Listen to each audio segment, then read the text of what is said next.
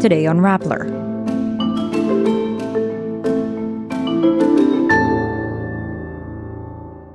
Senator Hontiveros calls for bigger intelligence funds for the Philippine Coast Guard. New departure rules for Filipino travelers are set to take effect September 3. The Office of the Ombudsman recommends filing graft charges against officials in the Pharmally scandal. An advisor of President Marcos says heavy traffic in the country is a, quote, sign of booming economy. Russian mercenary Yevgeny Prigozhin reportedly dies in a plane crash. Gilas coach Chot Reyes says he made a difficult choice for the national team's final FIBA lineup. And basketball player Japeth Aguilar talks about Gilas Pilipinas FIBA match with the Dominican Republic. Opposition Senator Hontiveros calls for a bigger intelligence fund for the Philippine Coast Guard. Hontiveros says the measly 10 million peso proposed amount in the 2024 national budget will not be enough to help the agency fend off China's incursions in the West Philippine Sea. Hontiveros makes the call as she notes the Department of Education was allotted 150 million pesos for intelligence funds in the proposed 2024 budget.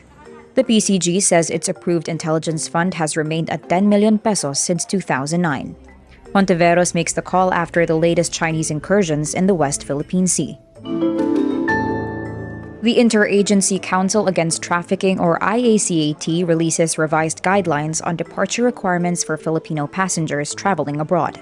The IACAT says this is to better protect Filipinos from becoming victims of human trafficking. The revised guidelines will take effect on September 3. Here's what you may need to prepare.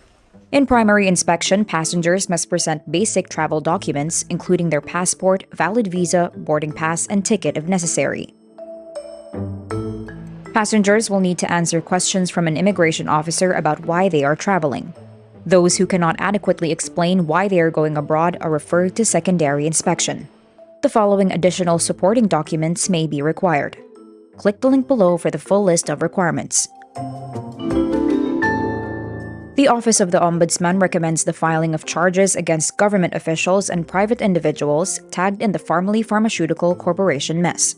The Ombudsman recommends the filing of 3 counts of graft against former PS-DBM Undersecretary Lloyd Christopher Lau and the following. All PS-DBM officials except one face 1 count of graft. Pharmally was among the biggest scandals during the presidency of Rodrigo Duterte.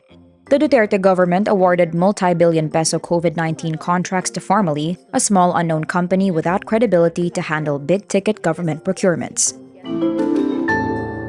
While workers endure hours-long commutes and car rides, President Ferdinand Marcos Jr.'s private sector advisor tells the public not to worry. Joey Concepcion III says traffic just means there's plenty of economic activity. Concepcion is part of Marcos's Private Sector Advisory Council, a close-knit circle of billionaires that provide recommendations on infrastructure, agriculture, tourism, health, jobs, and digital infrastructure.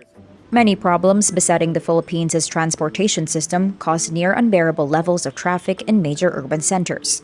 Metro Manila in particular was named the most congested city by the Asian Development Bank and the TomTom Traffic Index.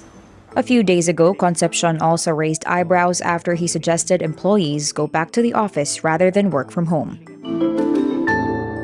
Russian authorities say Russian mercenary Yevgeny Prigozhin was part of a plane crash that reported no survivors. The aircraft, which was traveling from Moscow to St. Petersburg, crashed on Wednesday evening, August 23. A Reuters reporter at the crash site saw men stretchering black body bags and part of the plane's tail and other fragments on the ground.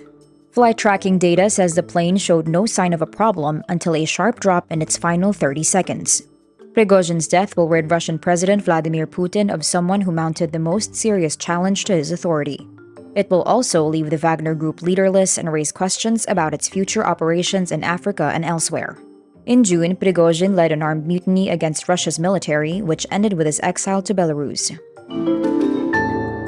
Gilas Pilipinas head coach Chot Reyes calls telling 30 Ravenna, Ray Parks, Chris Newsome, and Calvin Oftana that they did not make Gilas Pilipinas' final lineup for the FIBA World Cup the most difficult job. The 4 fell short of a roster spot, with Reyes and his coaching staff having to settle for only 12 players who will represent the country. Reyes says the decision was very, very difficult and calls it, quote, the deepest cut. He adds the decision was not due to any of the players lacking, but rather the need to make a choice. Gilas Pilipinas' final lineup includes NBA veteran Jordan Clarkson and 7'3" big man Kai Soto. The Philippines is eyeing a successful campaign in Group A, which also includes Angola and Italy. Follow Rappler for updates on the FIBA World Cup, which will open on Friday, August 25. Japeth Aguilar is well aware of the daunting task at hand, as the Philippines tries to pull off an upset against the Dominican Republic in the FIBA World Cup opener on Friday, August 25. Kailangan namin i-execute yung game plan, but at the end of the day, even if we play a perfect game,